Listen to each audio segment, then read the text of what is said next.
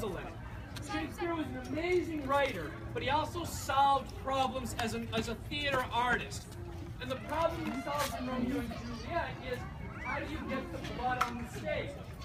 So, for those of you who remember the play, spoiler alert, Caesar dies. But the whole play, the first two acts, are building towards the assassination of Caesar. We get to the Senate. We're sitting there in the audience, we know it's coming. They've had a big meeting, we're going to kill Caesar at the Senate. Everybody meet at the Senate, we're going to kill Caesar there. Caesar comes in, there's a soothsayer. The Ides of March are come, aye, but not gone. Caesar comes into the Senate, he usually comes dead center stage. And then an intern comes up to him and says, we have some paperwork for you. And Caesar says, excellent. I will go initial things. And he leaves. If you read the whole play, he just leaves. And two of the conspirators show up. And they come down stage and they say, I think you've been discovered. Really? Yes. What makes you think that? That man over there is smiling. I think he's just happy. I think he's discovered our plot. What makes you think that? Who's on first? I don't know. And it's this weird Gilbert and Sullivan-esque banter sequence which accomplishes nothing dramatically. Your English teacher told you it was there to build tension. We don't need more tension. We need Caesar to die. But it does serve a really valuable function. Caesar comes on stage, the actor playing Caesar, he has his toga, he comes out bestriding the world like a colossus, the Ides of March, I've not gone, he comes out, he can't have the blood on him already. We have to rig up a blood effect of some kind.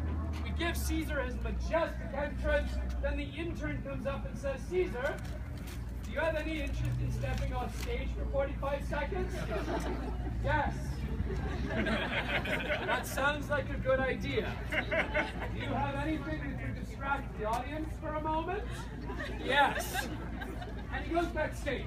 And here's a little bit of awful history for you. In Shakespeare's day, blood effect. Today, we have all the toys in the world. We have blood cannons and bags and tubes. We can rig the set. We have commercially available blood that's arterial, that's venous, that's 3 days old. We can buy blood that scabs correctly. We can buy all sorts of things. Shakespeare had blood. So in the morning of a production of a Scottish play, or Romeo and Juliet, or Caesar, or Midsummer Night's Dream, the Quentin Tarantino version, or Titus Andronicus, 32 separate blood effects, some poor young intern, 3rd year of college, paying off that liberal arts degree, or not paying it off as a tasty. They'd get up around 8, 7, 6 in the morning, and they'd go down to the butcher shop. And they would go to the butchers, and they would get the blood from that day's slaughter.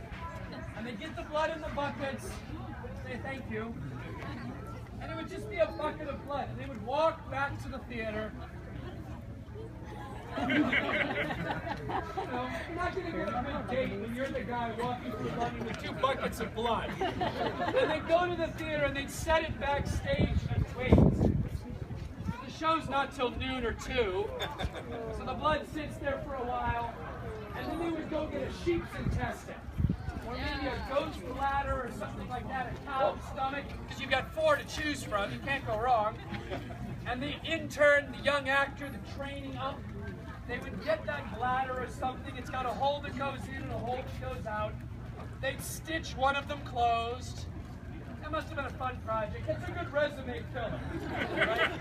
I can do Excel, awesome Word perfect, and I can stitch sheep's bladders together. Great, that makes you stand out. Put that on LinkedIn. So you'd stitch up your bladder. You'd fill it up with that morning's cow blood. And you'd stitch it closed. And you get a bunch of those. And then Caesar, the actor playing Caesar, your leading actor, has got a really bad afternoon ahead of him. Because he comes on stage, bestrides the world, walks off stage, And now someone has to take a goat's intestine full of blood, wrap it around his body several times, while making small talk. How's the show going? Pretty well. Good. It's kind of cold. Good. And they tie it off, and Caesar in the play comes back on stage for 2 lines. He comes back on stage, and then his fellow actors start to stab him. So, Lexus, bring dagger up. So I'm wrapped in ghost intestine full of blood. I come back on stage, and he's got to have really good aim. Because he's trying to take that dagger and punch through goat's intestine on stage. And if it doesn't leak right, I have to sort of work it around. Which again, Shakespeare solves by having multiple people stab them. So we got 1 stab, 2 stabs, casket comes in, the guy who's not really a poet comes in, so you get all of this. And then Shakespeare's got to solve the second problem. How do you get it off stage? Because he's put all the blood into the 3rd act of the play. Caesar, the actor's lying there, bleeding out, coagulating cow's blood. And so if you notice in the play, all of the senators come around and they say, let us bear this blood through the city. Let's just mop it up for a moment. Oh, all these rushes that are on the stage. We shall bear these through the streets of Rome. In no way are we cleaning the stage. And then they bear the body. Shakespeare's constantly solving his own problems. He's got all these dead bodies. What do you do with them? In Othello, everyone dies.